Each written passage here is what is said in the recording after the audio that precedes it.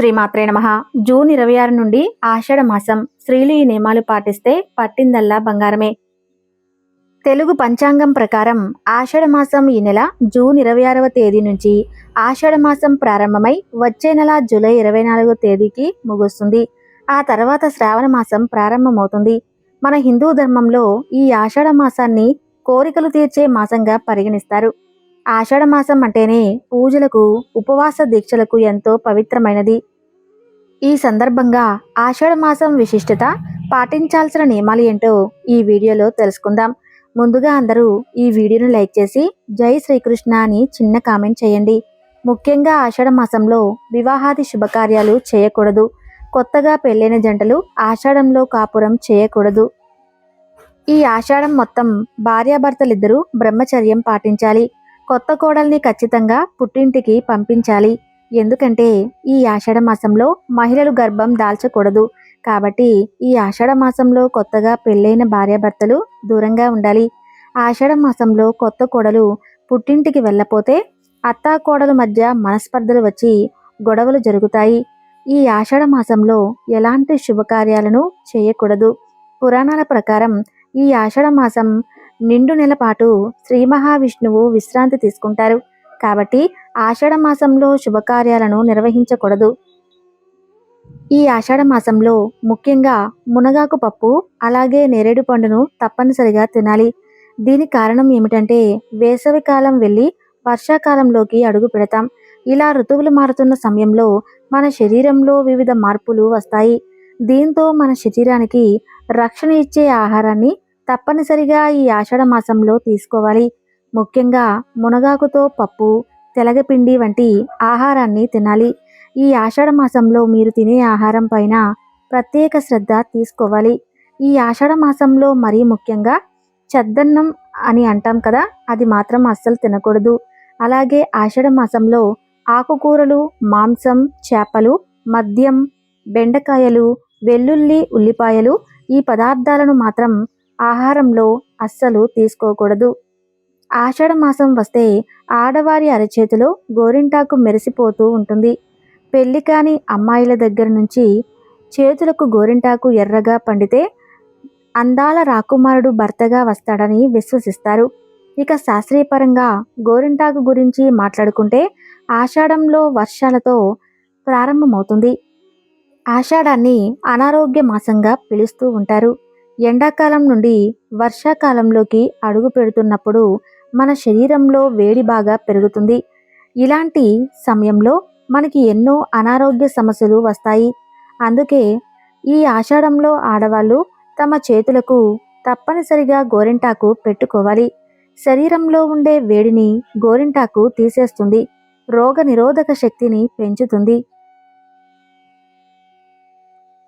అలాగే గోరింటాకు రసంలో యాంటీ బ్యాక్టీరియా లక్షణాలు ఉంటాయి.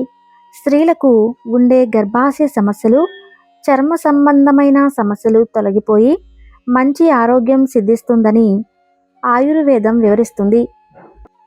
ఈ రోజుల్లో చాలామంది మంచం పైన కూర్చొని భోజనం చేస్తున్నారు. కానీ ఈ ఆషాఢ మాసంలో మంచం పైన కూర్చొని భోజనం చేయకూడదు.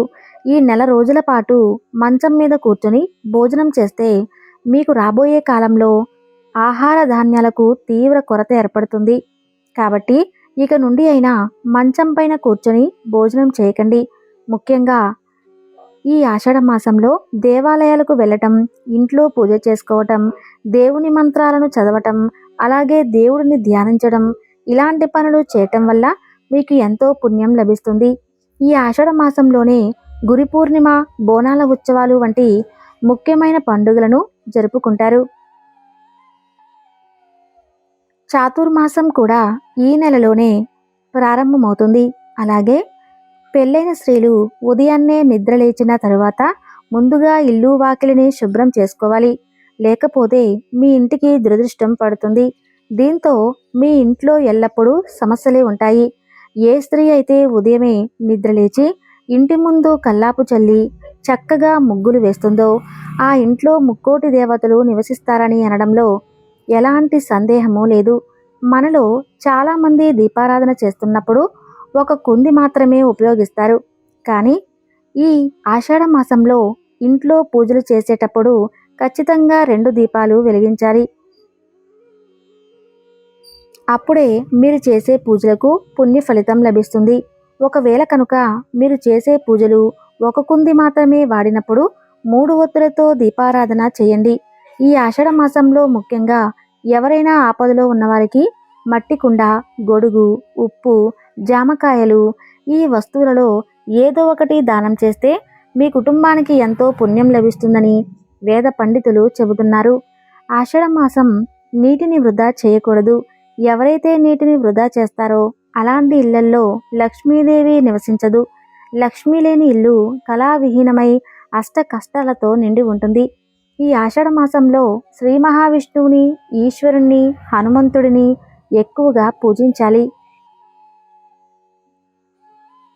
ఎవరి జాతకంలో అయితే కుజుడు బలహీనంగా ఉంటాడో అలాంటి వారు ఈ ఆషాఢంలో శివునికి అభిషేకం చేస్తే జాతకంలో ఉన్న కుజదోషాలు తొలగిపోతాయి. ఈ ఆషాఢ మాసంలో ప్రతి ఒక్కరూ సూర్యోదయం కంటే ముందే నిద్రలేచి స్నానం చేసి సూర్యుడికి ఆర్జ్యం సమర్పించండి. ఈ నెల మొత్తం సూర్యునికి ఆర్జ్యం సమర్పించడం వల్ల మీ ఇంటికున్న దరిద్రం మొత్తం పోయి సూర్యదేవుని ఆశీర్వాదం వల్ల మీ కుటుంబానికి ఐశ్వర్యం లభిస్తుంది.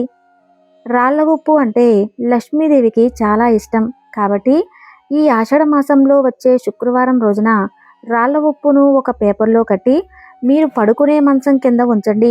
తెల్లవారిన తర్వాత ఇంట్లో ఉండే స్త్రీలు ఎవరితోనూ మాట్లాడకుండా ఆ ఉప్పును తీసి ఎవరూ తిరగని ప్రదేశంలో పడేయాలి.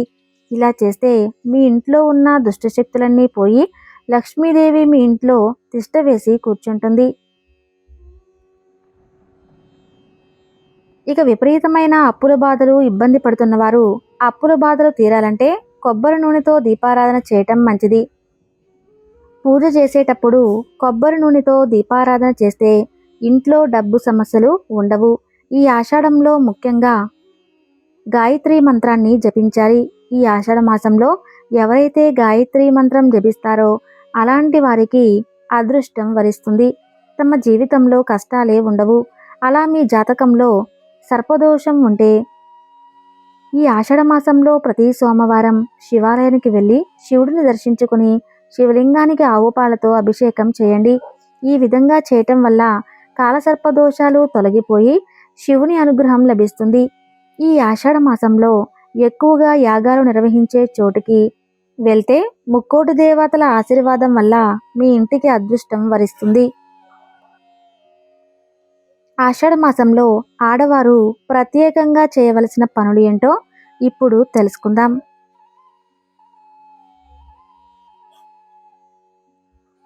ఆషాఢ మాసంలో ప్రతి స్త్రీ గోరింటాకు పెట్టుకోవాలి. శరీరంలో ఉండే వేడిని గోరింటాకు తీసేస్తుంది. రోగ నిరోధక శక్తిని పెంచుతుంది. ఆడవారికి ఉండే గర్భాశయ సమస్యలు తొలగిపోతాయి. మంచం మీద కూర్చొని అస్సలు భోజనం చేయకూడదు. నేల మీద కూర్చొని భోజనం చేయాలి. లేదంటే మీకు రాబోయే రోజుల్లో ఆహార ధాన్యాలకు తీవ్ర కొరత ఏర్పడుతుంది. ఆషాఢ మాసంలో తప్పనిసరిగా ఏదో ఒక పుణ్యక్షేత్రాన్ని దర్శించుకోవాలి. అలానే ఇంట్లో ఎప్పుడూ దేవుని మంత్రాలను ధ్యానించడం, పూజలు వ్రతాలు చేయటం వలన కోటి రెట్ల పుణ్యాన్ని సంపాదించవచ్చు. శనివారం నాడు రావి చెట్టుకు 5 ప్రదక్షిణాలు చేసి రావి చెట్టు కింద ఒక దీపం వెలిగిస్తే కోరిన కోరికలను తక్షణమే నెరవేరుతాయి. ఆషాఢ మాసంలో గ్రామదేవతలను తప్పనిసరిగా పూజించాలి. గ్రామదేవత అనుగ్రహం ఉంటేనే కుటుంబంపై ఎలాంటి దుష్ట ప్రభావాలు పడకుండా ఉంటాయి.